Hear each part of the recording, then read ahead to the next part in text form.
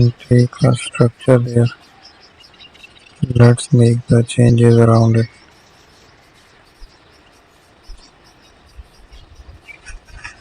So there we will find a new structure. Use that shapes around it. Let's have a design again. Keep using the shapes here.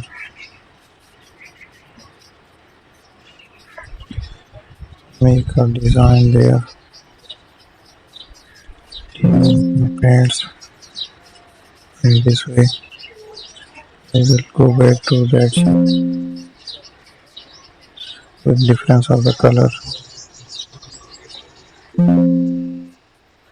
So that it is.